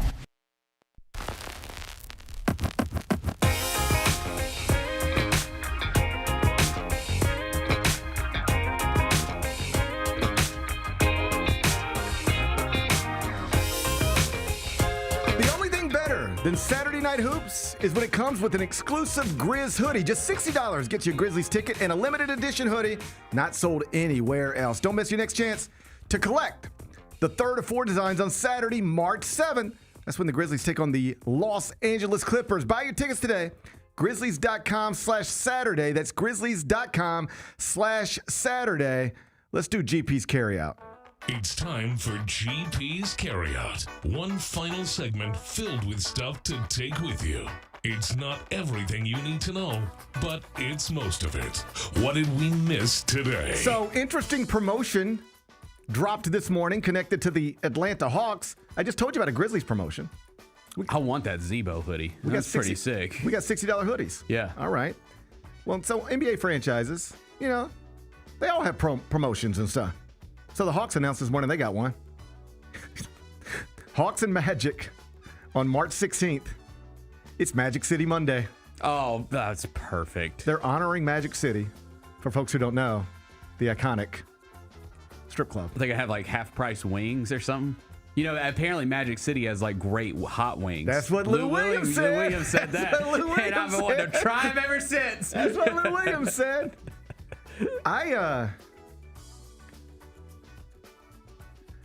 Could you eat hot wings at a strip club?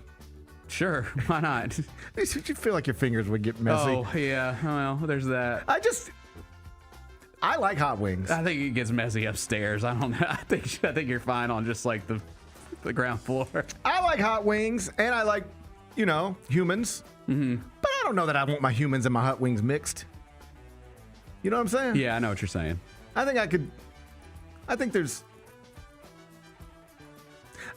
enjoy my wings. They might be really good, though. Mm-hmm. He said they're lemon pepper. Yeah. They looked good. They did look good. Did he get in trouble during COVID because he was at Magic City? I think that's right. I think that's why this whole thing, that whole story became a thing. Yes, I'm pretty sure you're right. In COVID, and he's at the strip club, something like that. And then his explanation for being there, he was like, no. I wasn't at the strip club. I just went to pick up some wings. Some wings, yeah. I love they the were, wings. and like he took a picture. I think they were in a to-go container. Yeah. Anyway, Magic City Monday. That's pretty good. It's coming to State Farm Arena, March 16th. Hawks and the Magic. What's today's biggest game? All right, I don't want to give you the Tigers because I know where your heart's at. Yeah, let's switch. I don't want to make a stupid decision there. It's college basketball. It's a top 15 showdown. Number 13 Michigan State at number 8 Purdue inside Mackey Arena, West Lafayette, Indiana. Purdue 7.5-point favorite at home. Totals 142.5. How you gonna act? Man, I just think Sparty is scrappy. I hate doing this. I did it last night, and it makes me nervous. You got a good. You're in the same situation you were last night. You got a top 15 team getting major points at home, and you're like. Last night you were like, it's Rick Pitino. I know. Getting 5.5 points or whatever they were getting last night. And now you're like, it's Tom Izzo getting 7.5 points. I'm going to double down. I'm going with Izzo. You about to watch I love him. You're about to watch a Hall of Famer get blasted two nights in a row. No. We're getting back on track tonight. You about to get Fletcher lawyered tonight. Let's go Spartans. Okay, he says Michigan State plus the 7.5. Tips at 7 o'clock. It's on Peacock. What are we watching on TV? Can I interest you in Taylor Tomlinson's new Netflix stand-up special? Are you familiar with Taylor Tomlinson? I don't think so. Do you know Taylor Tomlinson? I don't think so. She is a, I think, early 30s stand-up comedian. This is her 4th Netflix special. That's her. You see it right there? That's Taylor Tomlinson. I kind of recognize her. She hosted a late-night show on CBS for about 18 months. Okay. It was called After Midnight, because it came on after midnight, and I would see it leaving the broadcast center. Like, it'd just be on one of the TVs. I'd be like, hey, there's Taylor Thompson. And it didn't get canceled. It got renewed for a 3rd season, and she, I think, walked away from it. She wanted to focus more on stand-up. And so this is the byproduct of that. Okay. This is her 4th Netflix special. It, I think, dropped 2 days ago. So if you haven't checked it out yet, you can find it on your Netflix app. What's the best thing we've read? Top 25 and 1 updated this morning. I did write about that UConn St. John's game. Move UConn up to number 6 in the top 25 and 1. Dropped St. John's, I believe, down to 18. Like I told you earlier, they will, barring a surprise, be the 1 seed and the 2 seed in some order in the Big East tournament. That means if they are to play again, the next possible time would be March 14th, championship game, Big East tournament. What's on tap for tomorrow? Well, tomorrow's going to be Friday. Jessica Benson will join me. We'll get you ready for Grizz Mavericks. Should be a fun show. Looking forward to it already. Enjoy the rest of your day. I'll try to enjoy mine. Let's meet back here tomorrow at 10. Till then, be careful, be kind, be good. Rep your hood.